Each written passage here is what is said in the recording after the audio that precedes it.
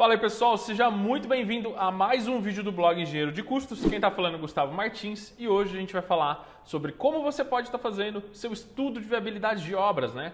Como fazer, o que é, né? O que dá para ser feito, em que momento você faz o estudo de viabilidade, para que serve e qual a importância disso no dia a dia para você saber aí quanto vai custar a sua obra, saber se você vai ter uma viabilidade do projeto, se vai passar adiante nos processos ou se você vai deixar de fazer algum tipo de projeto, algum tipo de obra por não achar viável, né? Achar que não vai dar aí o resultado que você deseja. Então, se você ainda não se inscreveu no canal aqui do Engenheiro de Custos, já aproveita para se inscrever. Se você gostar do vídeo, não esqueça até o final de dar o like aí para ajudar a gente ao YouTube entregar para mais pessoas, né? E vamos lá. Vamos para o primeiro ponto, né, do estudo de viabilidade, orçamento paramétrico. O que é o orçamento paramétrico dentro do estudo de viabilidade, né? É você começar ali através de parâmetros, né, coisas que são parametrizadas, trazer isso para a sua obra. Então você pode usar o CUB, você pode usar obras anteriores também. Ah, eu quero um parâmetro, mas não quero usar lá o custo por metro quadrado do CUB, né? O custo, esse custo que é feito pelos Sinduscons, né? Os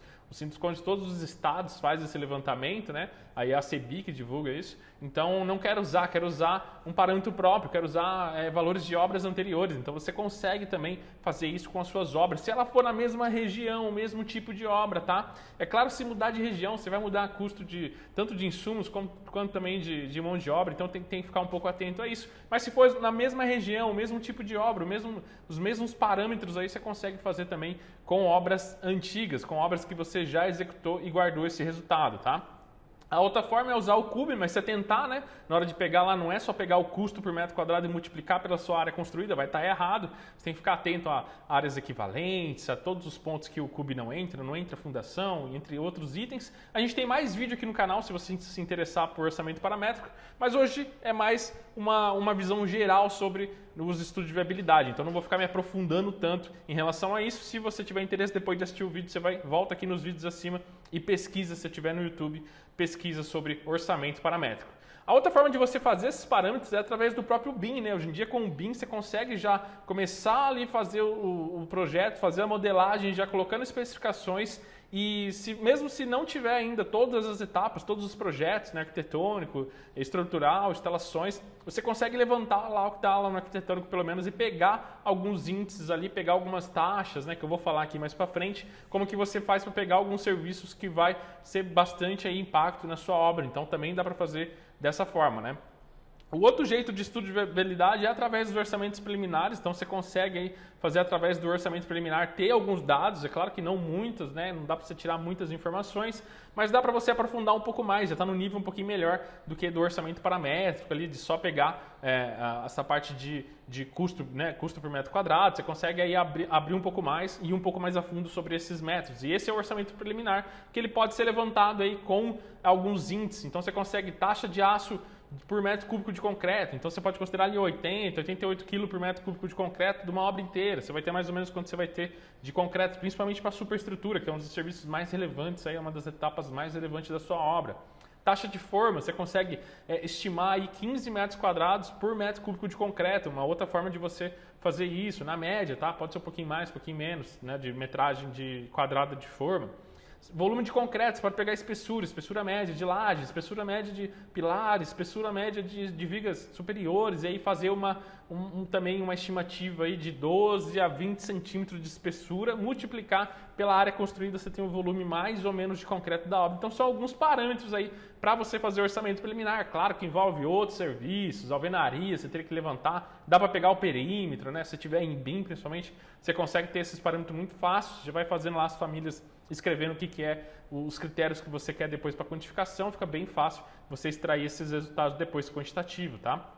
E tudo isso você pode pegar e juntar os dois também, você fazer um parametrizado ali com o CUB mais o orçamento preliminar e juntar e comparar os dois para ver qual caminho aí que você segue no estudo, tá? Também é possível. E a outra forma é você comparar sempre com o que você já fez. Então, se você tem histórico ali, também vai ajudar bastante. Você consegue fazer bastante viabilidade através dos históricos, de obras anteriores. Então você consegue extrair aí últimas compras, né? Principalmente se você tiver um software de ERP, você consegue extrair isso. Se você estiver usando o e-custo, você consegue emitir curvas, relatórios ali para acompanhamento de obra, para ver previsto e realizado, né? Você consegue fazer esse controle de uma maneira bem simples e bem eficaz com essas ferramentas, que vai ajudar muito. A tecnologia está aí para te ajudar nos processos, em automatizar esses processos da obra, tá? Então sempre use, sempre esteja alinhado com essas tecnologias, que você ganha muito em tempo, muito em produtividade, você perde, né? Não vai ficar perdendo tempo com isso, ali levantar, tem que gerar uma curva na mão, não faz isso, usa as tecnologias que estão aí, hoje em dia é bem mais acessível, né? Então você consegue fazer isso também na sua obra, tá? E para que serve o estudo de viabilidade, né? Você está ali no começo da obra, você vai fazer um loteamento, você vai fazer uma incorporação e você não tem a mínima ideia de como vai ser o preço, você não tem todos os projetos ali naquela fase, né? É difícil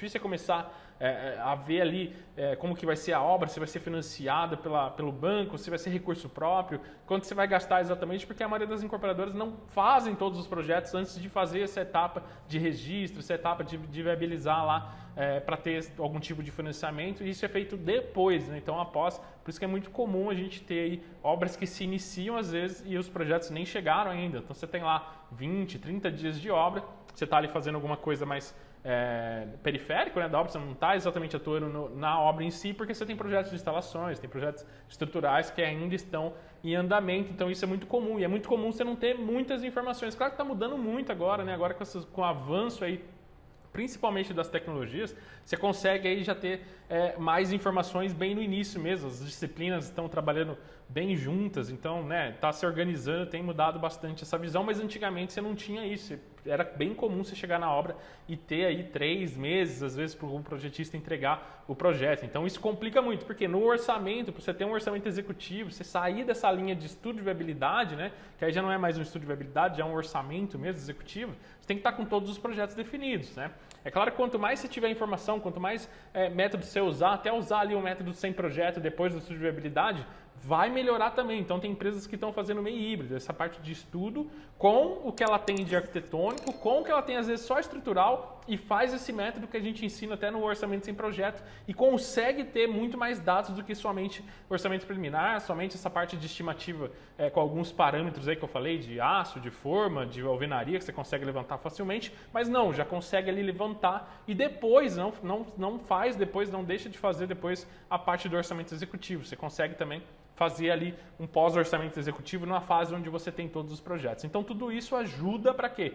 Tudo isso ajuda para você definir bem o seu preço, definir bem o seu custo de obra e você ter resultado, você ter lucro, que é o objetivo aí de todo empreendimento, é ter resultado para conseguir fazer outras obras, conseguir escalar, conseguir ter mais obras, conseguir fazer outros tipos de obra, incorporação, fazer outros tipos de empreendimento. Então esse é o grande objetivo aí das empresas, e se você tiver uma empresa, você sabe o que eu estou falando, tá bom? Espero que tenha ficado claro essa parte de estudo de viabilidade. Se você curtiu o vídeo, curte, agora é a hora agora de curtir o vídeo, se inscreve no canal, acompanha os próximos e eu te vejo aí em breve num próximo vídeo. Até mais!